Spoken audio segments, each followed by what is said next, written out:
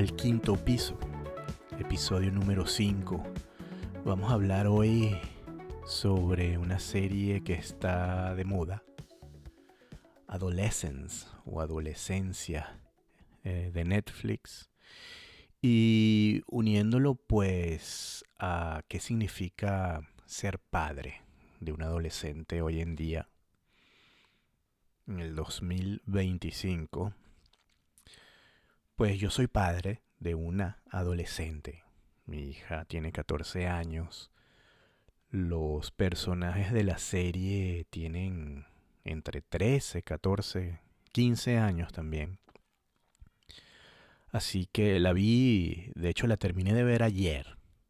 Y por eso tengo esas ideas frescas y me parece importante un poco hablar de esa serie por varias razones, pues. Quiero discutirla desde la perspectiva personal y mi propia experiencia criando a un adolescente en casa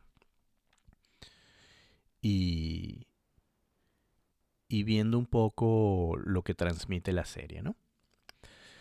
Para empezar, si han oído los episodios anteriores, se han enterado pues que yo hago cine, yo estudié cine, me dedico a eso. Y por lo tanto, además de ver la serie desde el nivel de vista, desde el punto de vista temático, hay una discusión también muy intensa en cuanto a su realización, que no es de lo que vamos a hablar un poco acá, sino de su temática y contenido. Sin embargo, quería mencionarlo porque a mí me impactó también mucho la forma en la que está hecha. Está hecha en lo que se llama en un plano secuencia entero, es decir, un episodio es un solo plano, sin cortes, lo cual técnicamente eh, pues significa una serie de retos coreográficos prácticamente y actorales muy intensos. Y eso hace la serie sumamente interesante también. A pesar de que creo que el hecho de imponer, porque se ve que ha sido como una especie de manifiesto que se creó para la serie. Vamos a hacer estos 4 episodios en un solo plano. Y eso creo que en ciertos momentos también ha impuesto un poco cómo dramáticamente evoluciona la serie, que no siempre creo le beneficia. Creo que en algunos momentos el desarrollo temático ha podido beneficiarse de una técnica más clásica, con edición, etcétera, a nivel de ritmo, etcétera. Sin embargo, hace muy impactante eh, el ritmo actoral, lo cual a la vez ese nivel dramático de lo que vamos a hablar ahora se hace también bastante más intenso que de otra forma, y hace también que pues que los actores resalten. Solo quería mencionar eso como parte de mi análisis cinematográfico, pero vamos a entrar en lo que queremos hablar en este podcast. Y es que, bueno, ser adolescente es un tema muy complicado, ¿no? Entonces lo quería contrastar un poco de, bueno, ¿cómo era ser adolescente antes? ¿Cómo fui yo adolescente? Y me recuerdo entonces cuando yo tenía esa edad, 13, 14 años. Eran, bueno, finales de los 80, principios de los 90, donde no existían las redes sociales, no existían los celulares, no existía pues todos estos fenómenos digitales que hoy en día controlan la vida prácticamente de todos nosotros. Nos relacionamos de otra forma con otros niños, ¿no? Con otros adolescentes, con otros jóvenes. Sin embargo, ya existía el bullying, por ejemplo, ¿no? Que es algo central en la trama de la serie de Netflix. Existía de otra forma. Existía un bullying mucho más físico, obviamente. En el colegio incluso me acuerdo que una vez, nada, decidimos hacerle una broma a un compañero y lo metimos en un bote de basura y todos nos cagamos de la risa y tal, pero al final pues nos regañaron, nos suspendieron y obviamente ese niño, ese chamo pues se sintió muy mal y son cosas que uno a esa edad como que no concientiza. Digamos que la empatía está a nivel cero cuando uno es adolescente. Sobre todo los varones. Vamos a estar claros. Lo interesante de la serie es que aquí aparentemente el bullying, que fue un bullying más que todo digital, no venía de un niño, sino de una niña. No, voy a intentar no hacer spoilers. Me disculpan si se me sale algo. Yo les recomiendo que vean la serie primero para que puedan seguir un poco este episodio.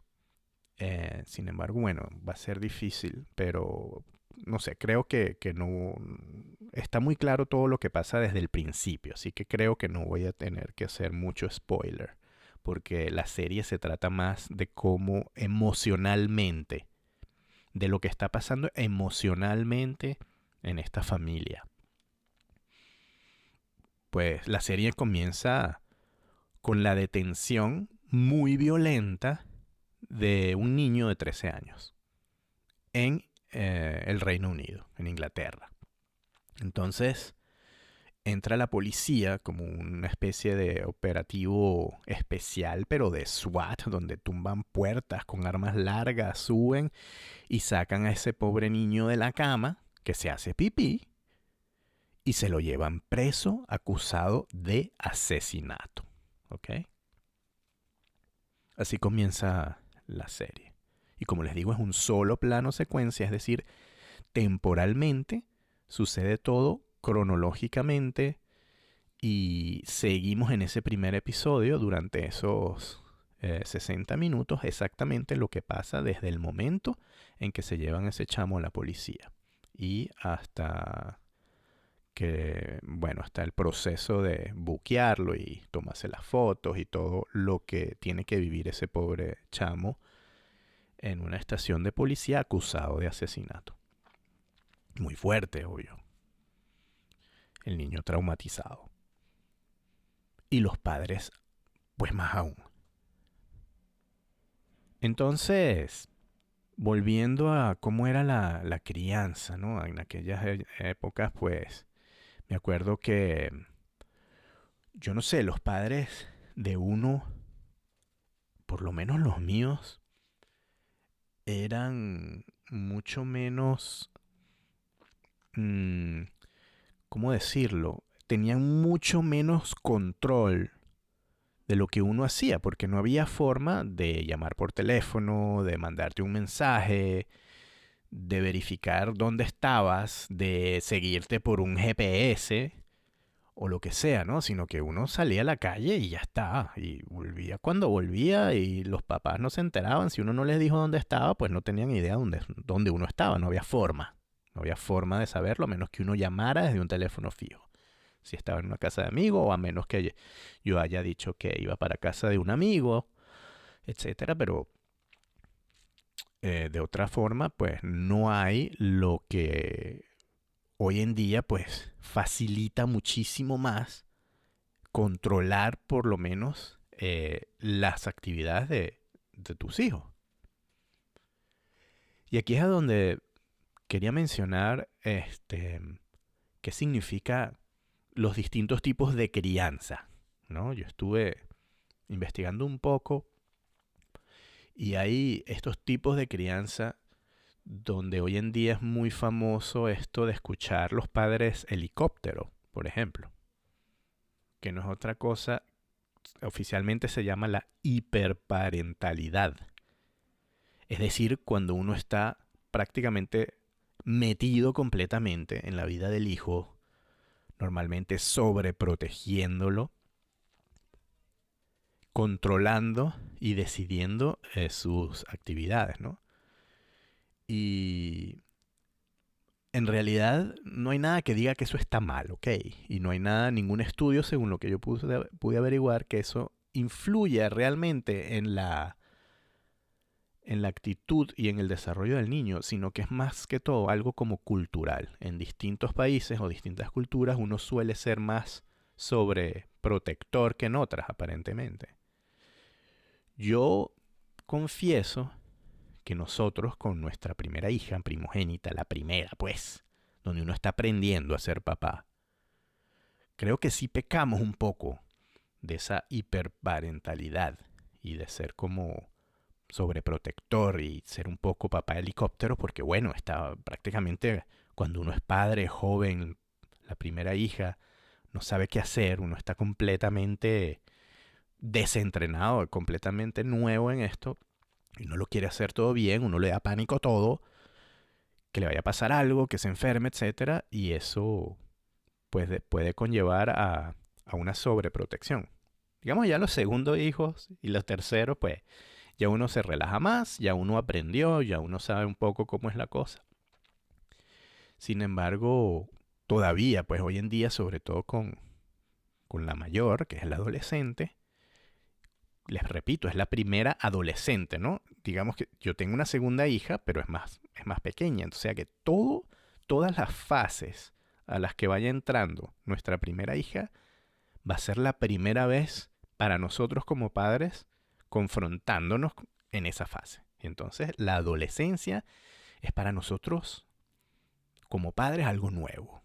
Y, pues sí, tenemos controles, tenemos el deseo de proteger a esa niña. Sobre todo en el día de hoy, cuando están, pues, expuestos al mundo entero a través de estos aparatos, donde cada vez, pues los psicólogos y los estudiosos dicen que el darle un móvil a un niño, el celular, es prácticamente declararles el final de su niñez, ¿no? Porque en ese momento, pues, empiezan a entrar en ese mundo digital, ya dejan de relacionarse físicamente entre ellos, se establecen relaciones completamente virtuales y se empieza a crear estos vicios que vemos hoy en día, que a veces es espeluznante. O sea, yo he ido de vacaciones y estoy en el hotel desayunando y veo mesas de papás donde le ponen una tableta al niño en la mesa mientras desayunan para que se calle la boca, para que los deje tranquilos a los papás. Entonces están comiendo, los papás hablando, haciendo no sé qué, y el chamo enfrente de una pantalla comiendo. Terrible. O sea, eso me parece increíblemente irresponsable, pues. En fin, pero es prácticamente inevitable. Y a raíz del COVID, a raíz de la pandemia, eso aceleró todo, ¿no? Porque en el momento en cuanto los niños ya no podían ir a la escuela y empezaron a hacerse las clases por Zoom y por estas cosas, pues ya era necesario eh, ponerlos frente a una pantalla. Darles un teléfono, porque entonces, claro, estábamos todos en casa, todos trabajábamos, bueno, todos no, pero yo y mi otra hija, etcétera, y pues había un solo computador, una sola tableta, dos teléfonos, etcétera. Entonces había que empezar, los niños empezaron a usar el teléfono de uno o la tableta de uno para poder entrar a clase hasta que, pues, no, vamos a tener que darle su propio dispositivo. Entonces eso aceleró como que toda esta cuestión de introducir a los hijos en el mundo digital. Eso no existía en nuestra época, pues. Entonces, volviendo a lo de los tipos de crianza, pues existen otro tipo de crianza como el autoritario, por ejemplo, donde, bueno, uno tiene reglas estrictas, hay poca flexibilidad, hay una exigencia de la obediencia incondicional, ¿no? Estos padres autoritarios suelen ser poco cálidos y brindan muy poca autonomía a sus hijos porque ellos dictan qué hacer, ¿no? Yo no me considero un padre autoritario para nada. Luego están los padres democráticos, ¿no? Que pudiese ser un poco todo lo contrario. Aunque no es todo lo contrario porque están los padres permisivos también. Pero el padre democrático, los padres democráticos, establecen también límites claros, pero son más flexibles. Escuchan las opiniones de sus hijos, ¿no? Les fomentan la autonomía, la comunicación, el hablar. Les dan como más opciones. Luego están los padres permisivos, que entonces ahí sí tienen pocos límites, pocas reglas, suelen ser completamente indulgentes, mucha libertad y no les brindan como una guía y estructura. Esto sí sería como lo completamente opuesto a lo autoritario. Y bueno, luego están los padres negligentes completamente, que no se involucran para nada en la crianza, no establecen límites, no les brindan atención, no les brindan ningún tipo de apoyo emocional, etc. Para mí esos padres que les ponen las tabletas a los hijos en la mesa de comer, para mí son padres completamente negligentes. Entonces, bueno, esos son más o menos los tipos de crianza que existe. Yo no sé, yo quisiera pensar, yo me veo entre una cosa como entre padre democrático, pero también tipo padre helicóptero, un poco, ¿no? Y bueno, como les digo, yo no sé si eso es bueno o malo. En todo caso, es una cosa emocional y cultural. Y esa relación entre padre e hijo, pues ha cambiado muchísimo, ¿no? Desde cuando uno era adolescente, precisamente porque ahora uno tiene más métodos y más herramientas para involucrarse con sus hijos. Yo me acuerdo, o sea, yo tenía exactamente como 14, no, tenía un poco más, tenía como 15, 16 años. Ya estaba en la secundaria, etcétera. Y yo me fui a dormir a casa de un amigo del colegio que vivía cerca y tal, pero no sé por qué yo no les dije a mis papás. O pensé que sí les había dicho, pero no les dije. Imagínense ustedes cuando llego el día siguiente a mi casa, mis papás desesperados, mi mamá casi llorando, porque no tenía idea dónde estaba. Y había pasado la noche fuera de casa. No había forma, y ellas no sabían dónde estaba. Ellos tampoco se metían mucho en mi vida, yo no les permitía meterse en mi vida, ellos nos conocían realmente mis amigos de la escuela. Yo me fui a casa de este pana y volví al día siguiente, tranquilo, no pasó nada. Aquella desesperación porque no tenían forma de saber dónde estaba. Yo no sé ni cómo no llamaron a la policía. En todo caso, eso es impensable hoy en día, ¿no? Hoy en día lo primero que hacemos cuando los niños van a la calle es verificar que tengan el celular cargado. Y si van a dormirse a casa de una amiga, se llevan el cargador y se reportan. O sea, eso no pasa. Eso no pasa hoy en día. Entonces hay una relación como distinta en ese sentido. Ahora, volviendo a la serie, me parece muy interesante el contexto también en el que está la serie, que es esto de la Inglaterra o Gran Bretaña actual, una como una clase media obrera donde hay niños pues de distintas culturas, etcétera. Porque también, como les digo, esto de los tipos de crianza es algo más bien cultural. Y entonces se ve en esta serie, y es parte del tratamiento temático, de analizar quién tiene la culpa. ¿Tienen la culpa los niños que están haciendo bullying y están cometiendo asesinatos?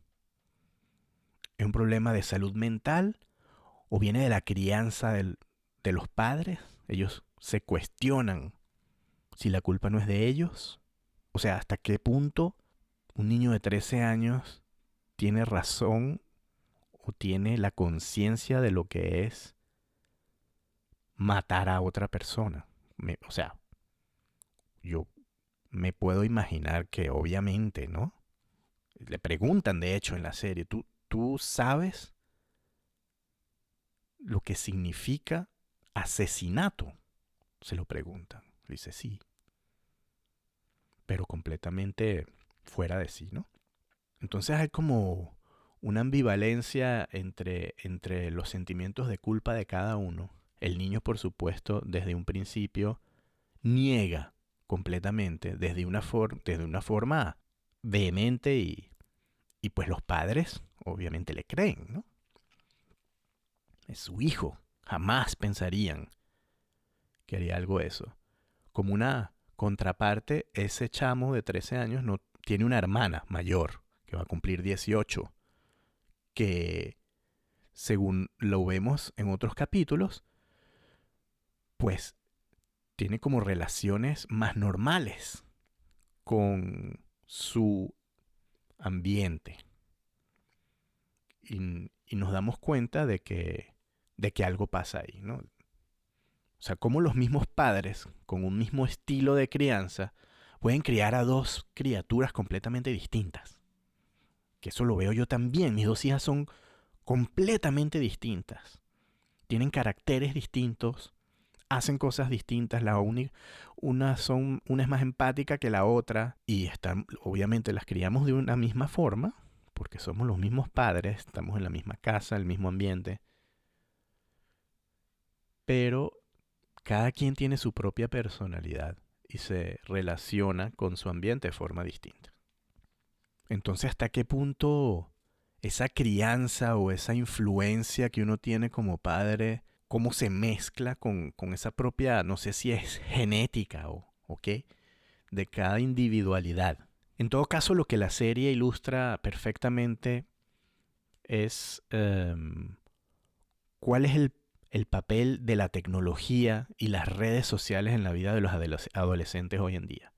Cómo se trabaja la ansiedad, cómo se trabaja eso de la validación digital, del ser visto, del tener likes, de los comentarios, cómo te afectan a ti. Comentarios de personas que ni siquiera son tus amigos en un perfil digital como Instagram. Que eso, cuando me refería también a lo de el ambiente en el que está desarrollado la serie, o sea, 13 años y estos niños ya estaban completamente inmersos en las redes sociales. Cosa que, por ejemplo, aquí en Alemania es mucho más difícil. No es que no exista, pero es más difícil porque oficialmente, por ley, tú no puedes tener una cuenta de ningún tipo de red social antes de los 16 años. Obviamente, pues los chamos hoy en día son unos aviones y pueden hackear eso y, ¿no?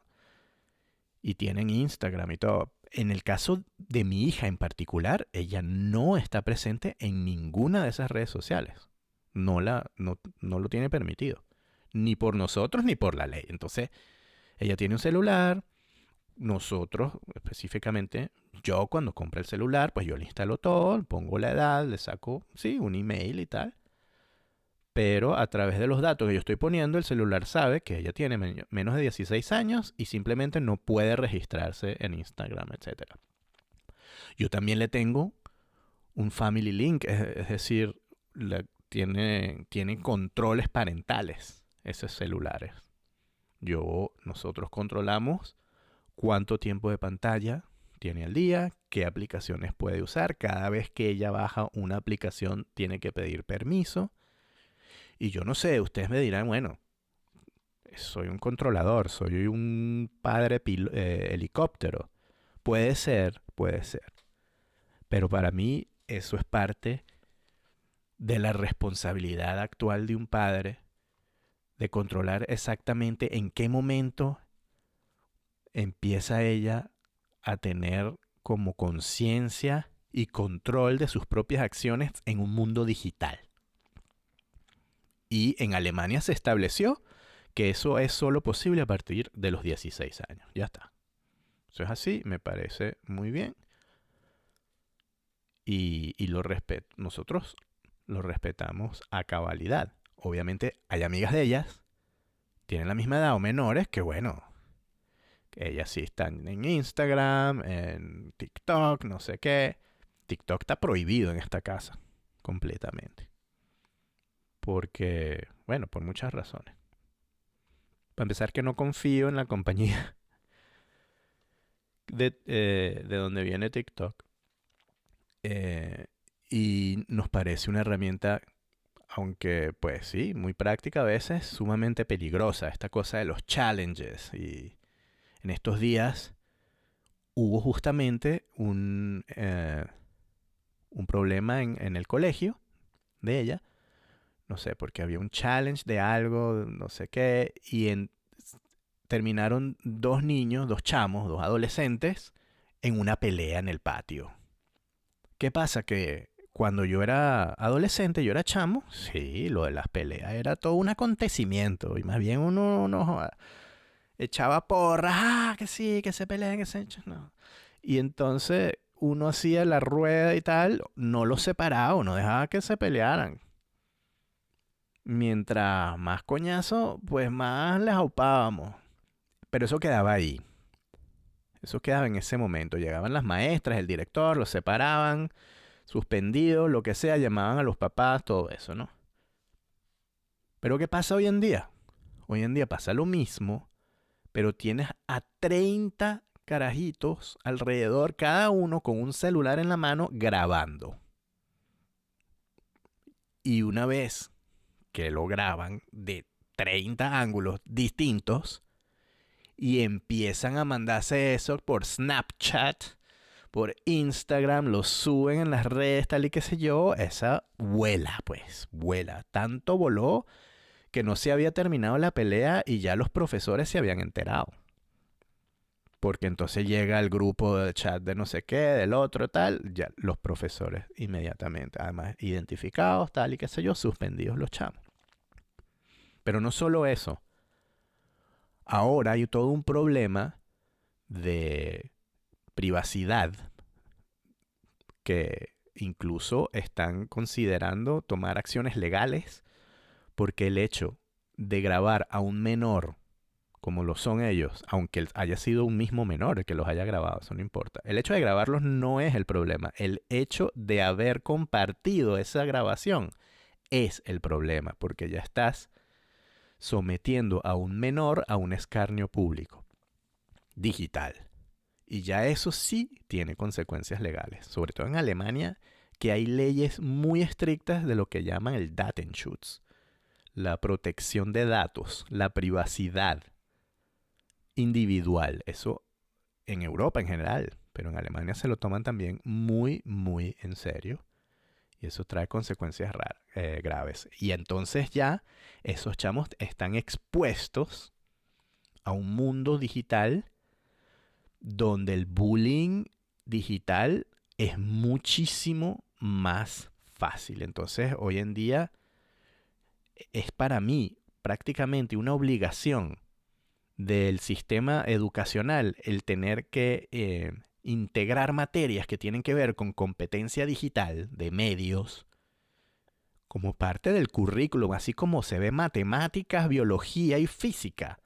Pues eso debería ser una materia fija, la competencia mediática. Cómo relacionarse con los medios de hoy en día. Porque sí, tienen un tallercito acá.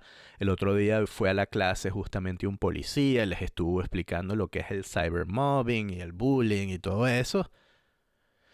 Pero bueno, eso les entra por un oído y les sale por el otro. O sea, policía que viene 2 horas a explicarte una cosa que no le estás parando. Pero si es parte de todo un currículum estructurado, etcétera, ya es otra cosa. Los niños tienen que aprender. Hoy en día, los niños tienen que aprender desde el principio, desde la primaria, cómo relacionarse con todo este mundo digital.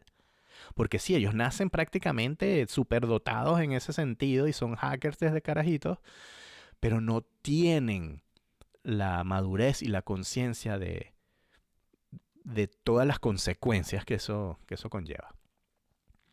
Entonces hay un problema ahí de comunicación, de independencia, de confianza.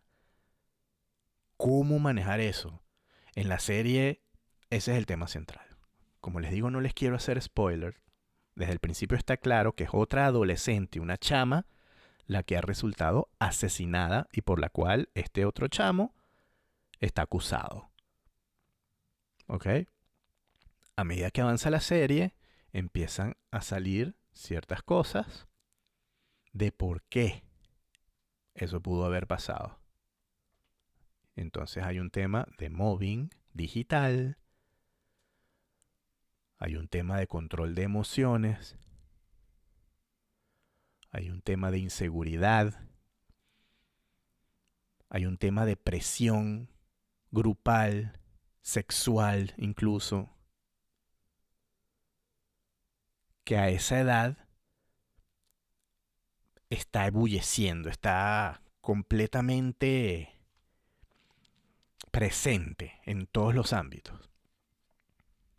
Y es en donde más hay que tener cuidado, en donde hay que realmente entender en qué espacio se están moviendo esos chamos hoy en día. Entonces, yo no sé, ser helicóptero o no, yo considero que es muy necesario estar involucrado en la vida de tu adolescente, de tu hijo, de tu hija, saber qué tipo de cosas son las que hacen sin invadir su privacidad, porque también esa es otra cosa. Ellos tienen que aprender a ser independientes. Uno tiene el deber de otorgarles su privacidad, pero hay momentos donde la privacidad no puede prelar algún tipo de actividad ilegal o de actividad que pueda perjudicar a otra persona. Nosotros respetamos completamente la privacidad de nuestra hija. No le revisamos sus WhatsApp. Ella utiliza WhatsApp y Snapchat. Esas son como las dos aplicaciones que ella tiene autorización para utilizar. Y pasó una vez, por ejemplo, que hubo un caso también como de un cyberbullying a través, ellos crean pues esos grupos de WhatsApp de la clase, ¿no? Entonces está el grupo de WhatsApp de las chicas chéveres, está el grupo de WhatsApp de las chicas intensas, está el grupo del WhatsApp de toda la clase, en fin. Y entonces una vez salió un problema en el WhatsApp de la clase, una chama que, bueno, que otra chama le había hecho una foto, lo había posteado, le había hecho una caricatura, etcétera, que a la otra no le gustaba, ni siquiera eran amigas, en fin, una cosa ahí rara. Empezaron a salir mensajes por aquí, por allá, los padres se enteraron y estaban involucradas pues una amiga de mi hija. Y entonces ella nos contaba y decimos, muéstrame ese chat. Queremos saber exactamente qué fue lo que pasó. ¿Qué dijiste tú? ¿Qué dijo la otra? ¿Qué dijo la otra? ¿Cuál fue el momento en que esto se convirtió de un chat de la clase a un cyberbullying? Y ahí sí, ella nos mostró los textos, los audios, no sé qué, y uno habla con ella, le explica que se puede interpretar, que se puede malinterpretar, que si los emojis, que si cuando uno habla a través de texto uno es anónimo y no está, digamos, como articulando, gesticulando y se pueden malinterpretar las cosas. Todas estas conversaciones hay que tenerlas. Ahí sí, les revisamos el texto. Hasta hace no mucho, ya ella incluso tiene esa conciencia. Después volvió a pasar otra cosa ya en otra clase con otra niña que se sintió también bulliada, donde entonces el padre habló con la madre de otra. Mi hija fue mencionada en ese círculo. Ella incluso entonces nos mandó audios de lo que ella había dicho, cómo lo había dicho, quién se sintió ofendida, quién no, porque además a esa edad las hormonas, sobre todo las niñas, empiezan, tú sabes, también a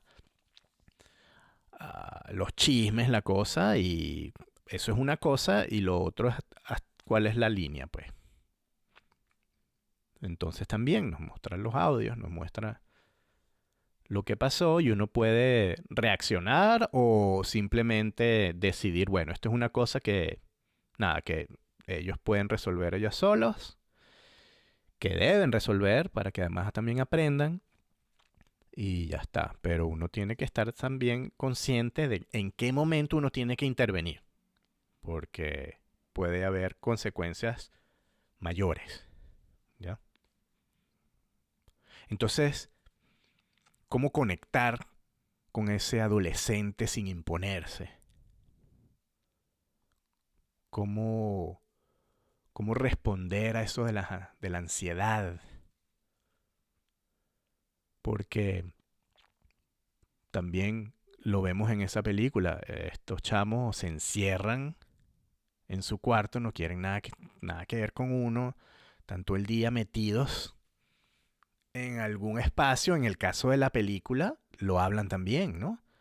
O sea, los papás reflexionando, pero si ese chamo estaba metido en su cuarto, quería una computadora, se la compramos, estaba jugando, pero hasta las 2 de la mañana y veíamos la luz y le decíamos, o sea, tú me vas a perdonar, pero a las 2 de la mañana mi hija está en el quinto sueño y no está jugando computadora también, ¿no? Entonces, eso también tiene que ver cuál es tu obligación como padre. O sea, a los 13 años, un día de la semana, no puedes estar jugando computadora tú solo, quién sabe además qué significa estar jugando computadora. Está metido en una red, está metido poniendo fotos, viendo fotos, qué sé yo.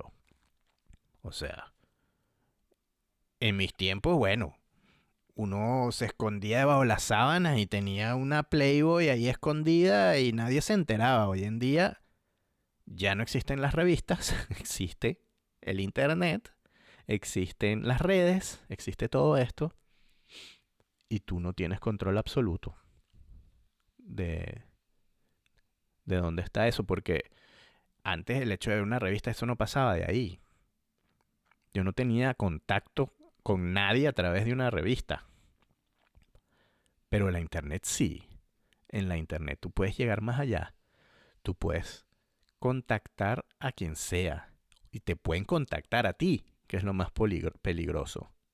Te pueden empezar a mandar mensajes, a mandarte foticos, a incitarte y quién sabe quién está detrás de la pantalla. Entonces, dejar a esos chamos solos, sin ningún tipo de supervisión, es muy peligroso. Y esa es la reflexión que hacen en la serie también. Fue error de nosotros. ¿Por qué nosotros no intervenimos a tiempo? ¿Qué hicimos mal?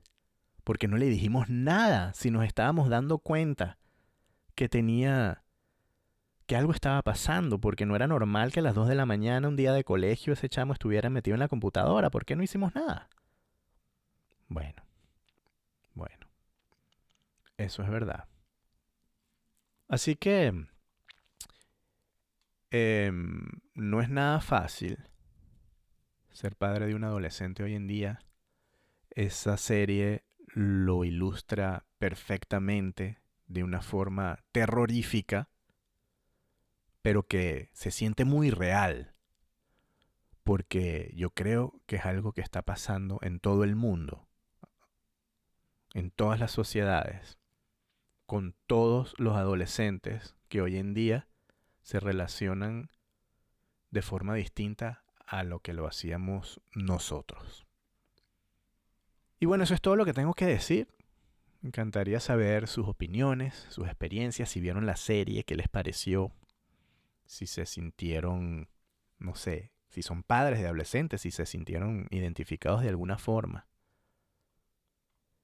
¿Cuál es el tipo de crianza que ustedes creen que pueda tener influencia peor o menor hoy en día? O si es algo realmente que no tiene importancia. que no creo, ¿no? Yo creo que todo el mundo le da importancia a la crianza de sus hijos. Pero mira, no necesariamente, la verdad. Como les digo, hay padres negligentes. Hay padres que abandonan a sus hijos. Hay padres adolescentes en sí mismos que no tienen cómo criar a sus propias criaturas. Entonces, bueno, los escucho. Espero que se suscriban, que les dejen un review, que compartan por ahí el podcast. Y nos escuchamos en un próximo episodio. Chao.